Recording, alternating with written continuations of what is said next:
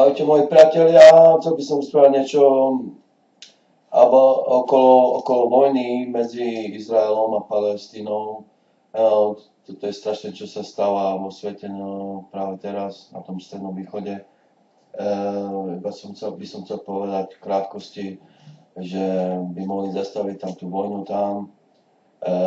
Práve som sledoval nejaký program správy, že sa volá po anglicky crosstalk, ako po slovensky by som preložil križovanie, križujúce hovorenie.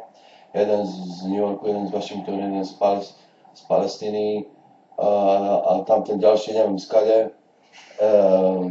A tam ten z Palestíny hovoril, že tento konflikt začal preto, že Palestíne tento konflikt medzi Izraelom a Palestínou začal preto, lebo Palestíne Izraelčania zabili deti tam. Tiež si myslím, že by nemali zaútočiť na Izrael iba preto, lebo Palestíne zabili nejaké deti. To je môj názor. Mali by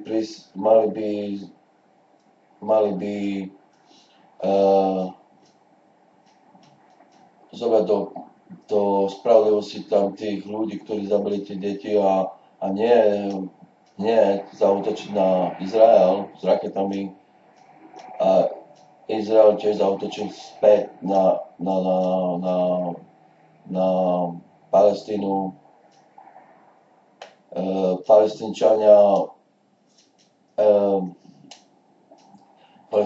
Palestínčania tiež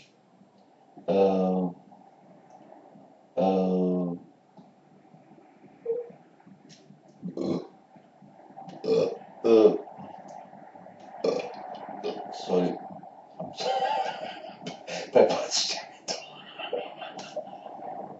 Prepáčte mi to. Palestínčania tiež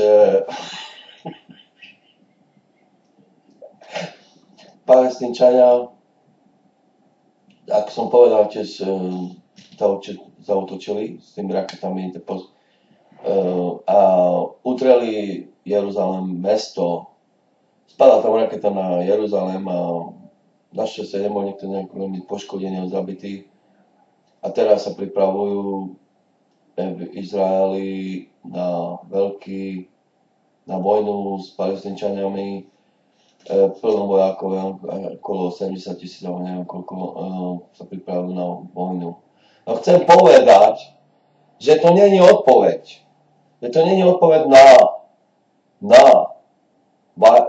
násilie. Keď zabili tie deti tam, tak mali by priniesť do spravodlivosti tam tí ľudí, ktorí zabili Palestíňa. Nie začať vojnu. To nie je odpoveď. To chcem iba povedať. To chcem iba práve povedať. To nie je odpoveď. OK? A tam je veľa problémov okolo. Nie iba Palestínčania útočí na Izrael. Nie iba problém medzi Palestínčaniami a Izraelom. Tam je problém medzi Izraelom a Irán, tiež Syria a Egypt a tiež Egypt, OK? Irán zrýchluje nukleárny program, chcú vyvinúť bombu, ešte rýchlejšie. Pripravujú sa na cvičenie, už začali a pripravujú sa zaútočiť na Izrael. Irán je priateľ s Rusmi, s Čínou, kde robia obchod, majú svoj obchod, robia obchod medzi sebou, neviem aký obchod, myslím, že s olejom, niečo, neviem. Rusia a Čína sú proti tomu, že sú proti tomu, že Izrael zaútočil na Irán. Sú proti tomu. A ako viete, Izrael je tiež priateľ so Spojenými štátmi. Keď niečo zostane v Izraeli a niečo zostane krajine, ktoré patrí ku NATO, tak oni musia hneď im pomôcť. Lebo sú spojení v NATO. Keď niečo stane v Izraeli, tak automaticky Spojené štáty musia zaútočiť. No a keď Spojené štáty tiež zaútočia na Irán, tak automaticky Rusia, Čína tiež zaútočia na Izrael a pravdepodobne Spojených štátov. No a čo môže byť? Svetová vojna 3. No práve preto je to veľmi vážna situácia, čo sa stáva na Strednom východe. A chcel by som povedať, že by mali zastaviť to. Mali by sme všetci robiť niečo preto, aby sme mohli priniesť viac mieru, lásky do tohto sveta. A nie iba hovoriť, ale každý by mohol niečo robiť, nejaké video alebo niečo. Mohli by sme sa spojiť a každý by mal niečo robiť preto, aby mohli priniesť viacej lásky a pokoja do tohto sveta. Nejakí ľudia veria, že toto sa práve, čo sa stalo v Izraeli, medzi Izraelom a Palestínom, to bolo predpovedané v Biblii, Zachariáš 12 kapitola a 14 kapitola, že Izrael bude obklúčený svojimi nepriateľmi. Na konci Izrael bude víťazný. Ako viete, Izrael je Boží národ. Boh určite je proti tomu. Boh bude určite ochraňovať Izrael. A takže to je viac tam zapletené, než táto vojna. Tam je, mohol by som povedať, viac než toto.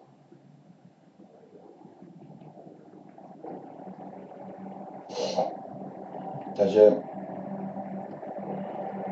ruky preč od Izraelu, tak to je moja odpoveď.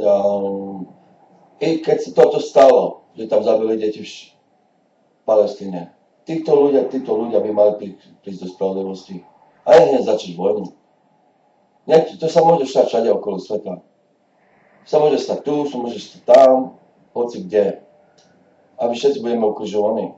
Všetci budeme zabietí na konci. A to chcem povedať. Mohli by zastaviť vojnu teraz.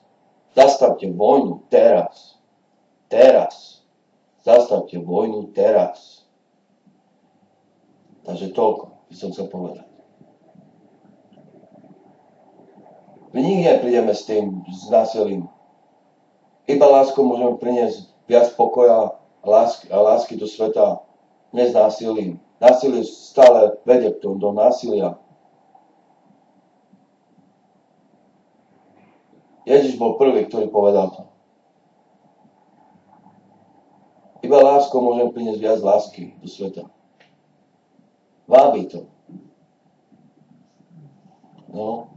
Budem viac a viac hovoriť budem robiť po slovensky videá a po anglicky. Nie, ja robím po anglicky, robím po slovensky pre slovenských poslucháčov, takže chcem viac tam povedať na Slovensku, čo sa deje. A nie iba to. Chcem viac hovoriť okolo pozitívneho myslenia, tiež pozadí počúvať moje piesne do môjho kanálu. Urobil som zvláštny kanál pre slovenských poslucháčov, takže môžete si navštíviť tento kanál. A z tamtoho kanálu tiež môžete navštíviť ďalší kanál, ktorý je pre anglických poslucháčov a tam sú moje anglické piesne, ktoré som nahral, ktoré si môžete počuť. Po slovensky ešte nemám nejaké piesne s slovenským textom. Čo môžem povedať? Ale možno na čo urobím nejaké video po slovensky, s nejakým slovenským textom, špeciálne pre slovenských fanúšikov, takže môžete sa potešiť. Chcel by som vám urobiť radosť. No, takže toto je strašné, čo sa deje vo svete. Vážne strašné, čo sa deje vo svete a chcel by som vážne povedať niečo okolo toho. OK? A budem hovoriť viac a viac a viac každý deň, a ja neviem koľko, a urobím plno videa. Musím o tom niečo hovoriť. Je to dôležité. No. Teraz je čas. No. No. Toľko chcem povedať. Takže neviem už koľko hovorím práve teraz, nechcem prekročiť 15 minút, ja neviem, 15 minút môžem hovoriť. Takže prídu viac a viac videá, viac programov pre vás všetkých, tam čo ste na Slovensku, a takže sa môžete tešiť. A budem sa podielať, chcel by som sa podielať s vami všetkým, čo poznám, všetkým, čo viem, s všetkým poznaním, s pozitívnym myslením a ja neviem, všetkým, čo viem, a s Bibliou, s náboženskými vecami, a že môžeme priniesť lepší svet, môžeme priniesť viac lásky do tohto sveta, všade okolo sveta, na Slovensku, tu, všade okolo sveta, na Strednom východe a všade okolo sveta. Toto je práve môj plán. To by som chcel povedať. Takže toľko. Majte sa pekne tam na Slovensku. Dúfam, že kvetky vám rastú a všetko je v poriadku. Prajem vám veľa lásky, šťastia, pokoja. Peace!